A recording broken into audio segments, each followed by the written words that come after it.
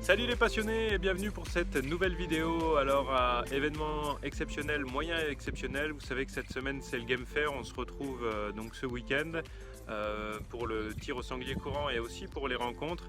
Donc voilà, j'ai mis des moyens exceptionnels et je vous sors 2 vidéos cette semaine, d'habitude c'est une tous les lundis, enfin j'essaye. Et en tout cas donc là vous avez une vidéo de battu ce lundi et avant donc le Game Fair je sors cette nouvelle vidéo donc de test la modularité de la Sauer avec donc le passage de la version bois à la version carbone. Voilà, j'espère que ça va vous plaire. Ne vous étonnez juste pas, on est en plein milieu de l'été et cette vidéo a été tournée dans l'hiver entre 2 battus et c'est à ce moment là donc que j'ai fait les changements et vous le verrez aussi dans la continuité des vidéos. Les prochaines vidéos forcément de battus ce sera avec la version carbone. Voilà, j'espère que ça va vous plaire. Je vous redis à ce week-end, rendez-vous sur le stand de Sauer, on va s'éclater et puis voilà, ne loupez pas l'événement. Allez, à bientôt.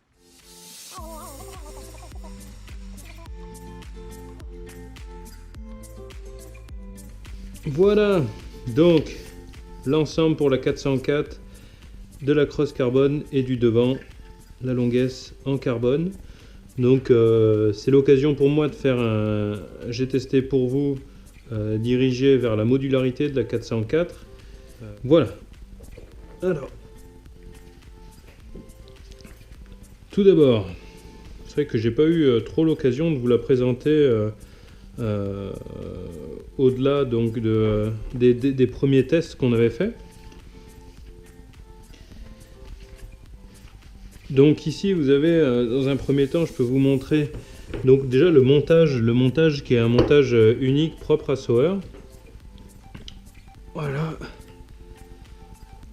Sur laquelle donc j'ai ma lunette, vous me demandez souvent ce que c'est, donc c'est une Zeiss de battu, une 114, c'est la Victory HT. Voilà, pour ce qui est de la lunette. Et donc pour le montage, vous allez voir que ça va très très vite. Pour le changer, on peut le faire d'une main, tac, tac, hop, hop, oups, hop, et voilà. Et donc on sépare la lunette pour pouvoir avoir un tir direct. Éventuellement en cas de recherche, c'est toujours plus sympa. Et moins dangereux si jamais il y a des chiens ou quoi que ce soit. Voilà, on peut la remettre tout aussi rapidement. Voilà, on la passe par l'extérieur, on rabat les 2 loquets et puis c'est parfait. Et cette fois, on est avec la lunette et c'est génial. Voilà, donc on peut l'allumer ici, la Zeiss Victory. C'est vraiment pas mal ça. J'en suis assez content. Le seul hic, on va dire, entre guillemets, c'est quand on tient la carabine pendant longtemps comme ça, sur soi, de temps en temps, on peut avoir tendance à l'appuyer et éteindre le point rouge ici. Voilà, c'est le seul défaut que je lui trouve. Voilà, allez, passons aux choses sérieuses. On a dit qu'on allait la démonter. Donc là, c'est mon beau bois. Mais on va tester donc ce que m'a envoyé Rivolier aujourd'hui et donc la longuesse et la crosse carbone. Donc ce qui est vraiment génial dans cette carabine, vous voyez ici donc j'ai la bretelle, c'est qu'il y a tout qui est à l'intérieur et à l'intérieur vous trouvez cette clé qui sert absolument à tout dans la carabine et c'est donc je vais avoir l'occasion de vous la montrer. Donc on enlève la grenadière arrière, hop. Et en fait, donc dans la grenadière avant, il y a la clé multi-usage. Donc ça, c'est génial. Et il suffit donc de faire un petit quart de tour. Hop, et c'est déjà bon. On peut enlever la longuesse. Nickel. Et ensuite, donc là, par contre, je vais me servir, en fait, c'est... Comme j'ai ma grenadière qui est attachée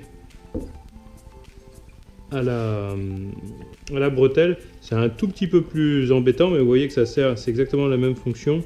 C'est ici, Mais là je vais m'entortiller, je vais m'embêter. Donc ce que je vais faire, c'est que je vais prendre celle qui est dans la crosse carbone et qui est plus petite et un tout petit peu plus adaptée. Du coup, puisque comme j'ai pas accroché encore à la bretelle, c'est aussi bien. Donc voilà, ici on vient chercher la vis et hop, vous voyez, ça se démonte à une vitesse folle, il n'y a pas de souci.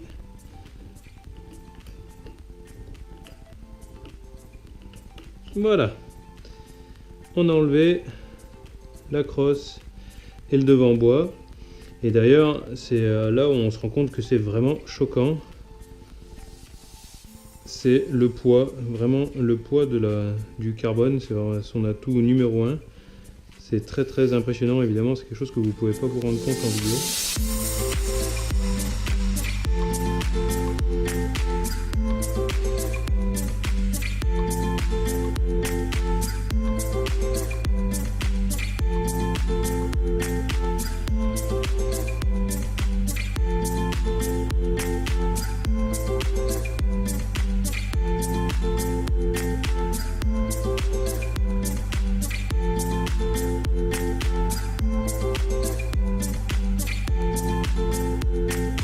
Je vais en profiter pour vous montrer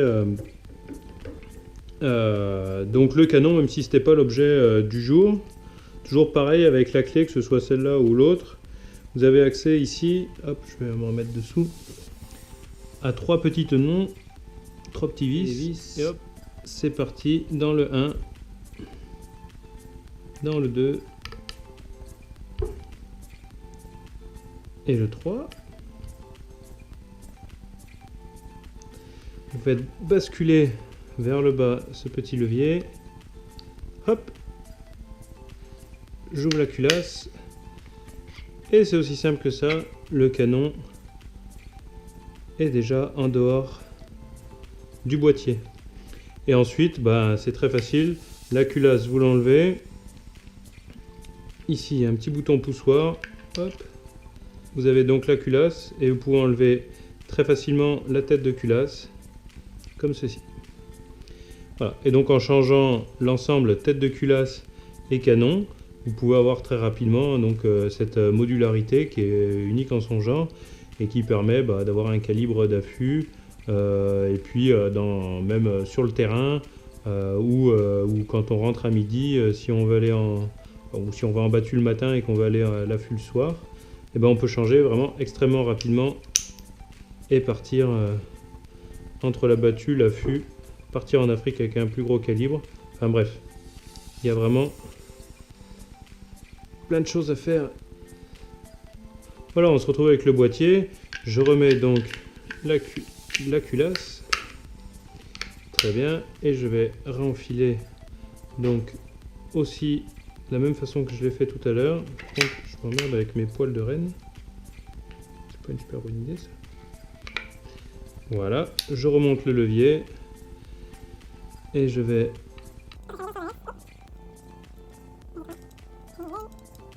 voilà, on va dire qu'elle est prête à l'usage, mais pas loin. Je remets. Voilà, maintenant on va la transformer. Ouais, juste un dernier petit truc que je voulais vous montrer aussi. C'est ça qui est vraiment aussi très sympa.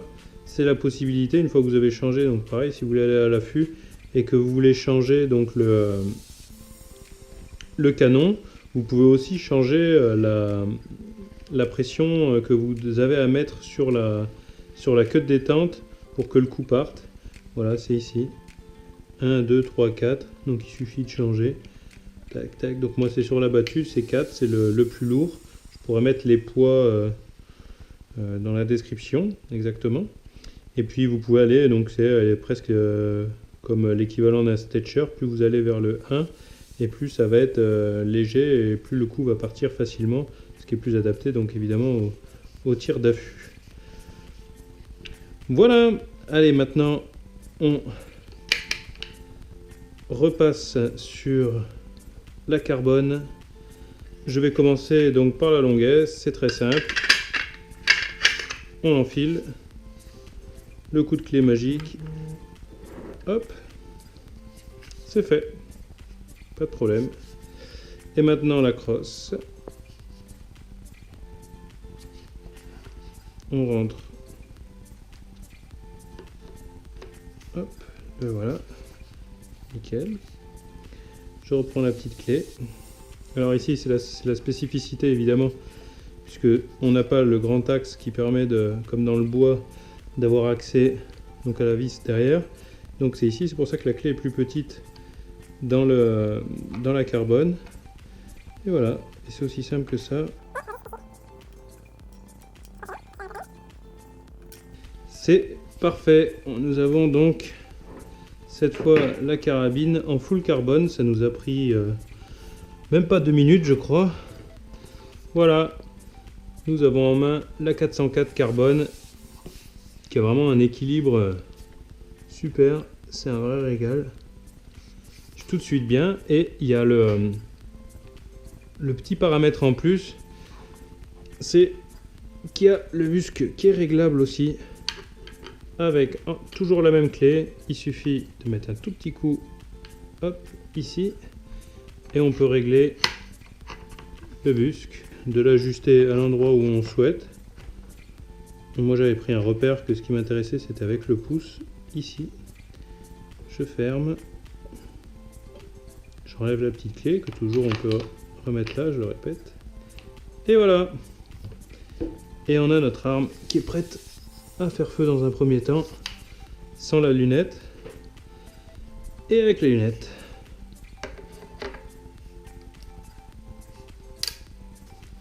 Bon, elle est pas belle comme ça?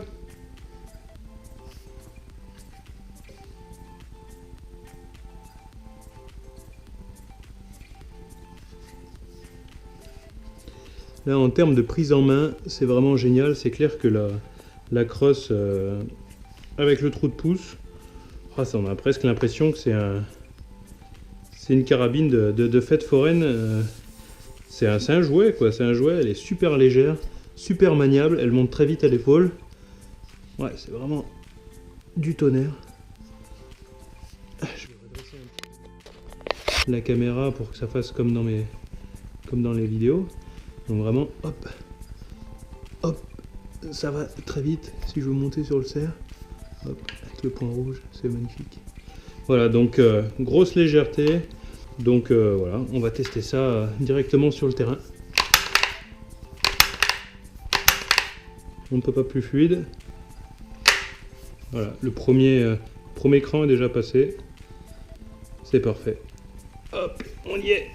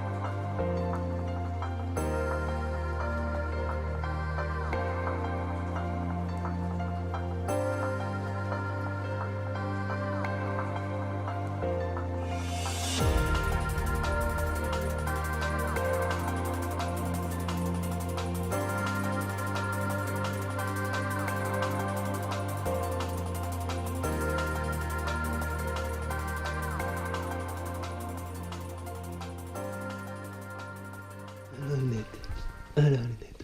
Hein? T'as soif donc? Bah oui. Bah oui. Bah oui. Les amis, j'en profite de vous avoir aussi pour vous parler des balles. J'ai 2 chargeurs différents. Au début, j'ai démarré donc avec le chargeur, donc 3 coups. Voilà. Pas de souci. Luna, si on t'embête, tu le dis. Hein? Non? Bon. Voilà. Et puis, voilà, avec la particularité qu'on peut bloquer donc le chargeur en faisant comme ça. Perso, je le fais pas spécialement. Et plus récemment, donc j'ai eu le chargeur 6 coups. Le seul hic que je lui trouve, c'est en fait, bon, mis à part, bon, il casse un petit peu l'esthétique. Je trouve que c'est pas aussi beau qu'avec le chargeur 3 coups, qui casse un petit peu moins la forme de la 404. et sa ligne. C'est surtout qu'il est dérangeant en fait, voilà, dépendamment de comment vous tenez la carabine au poste. Là vous pouvez pas être devant le pontet, ça bloque un petit peu.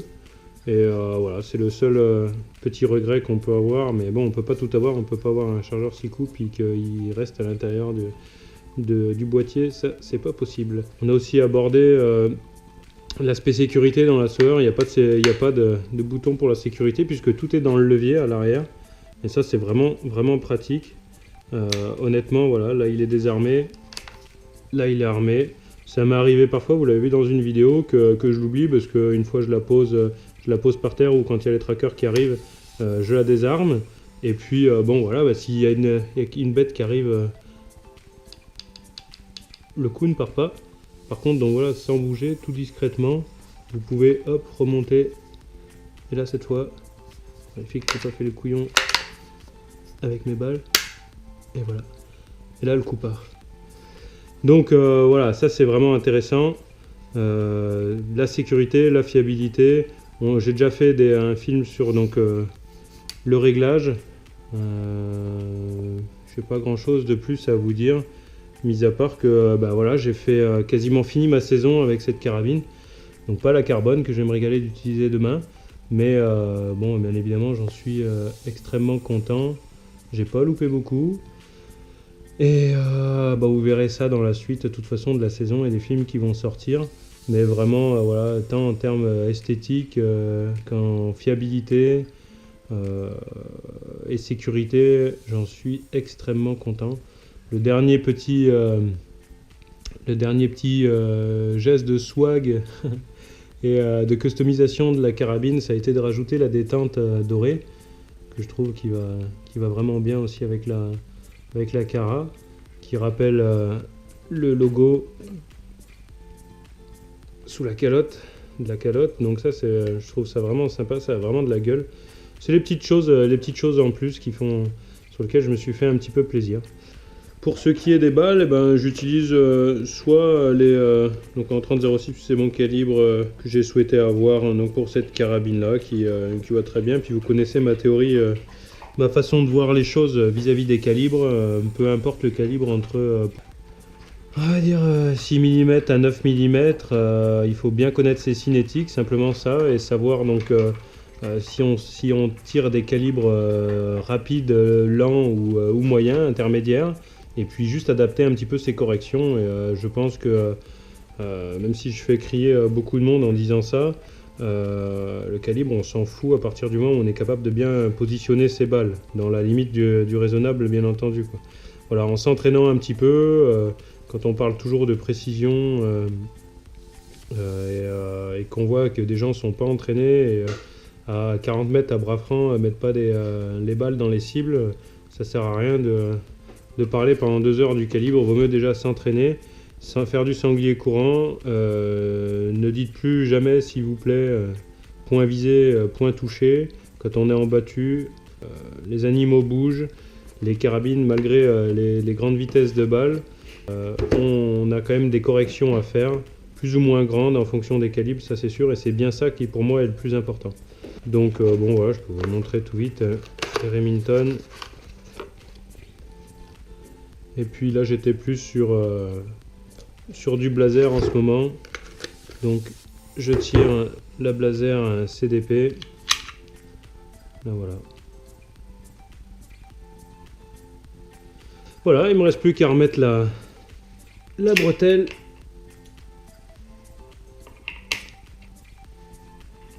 Hop, et puis on est parti jusqu'à demain dans le froid car il neige. Je vais enlever là. Voilà, je vous remercie d'avoir suivi cette vidéo. Moi, je prends ma carabine sur le dos. Et je suis parti. À bientôt tout le monde.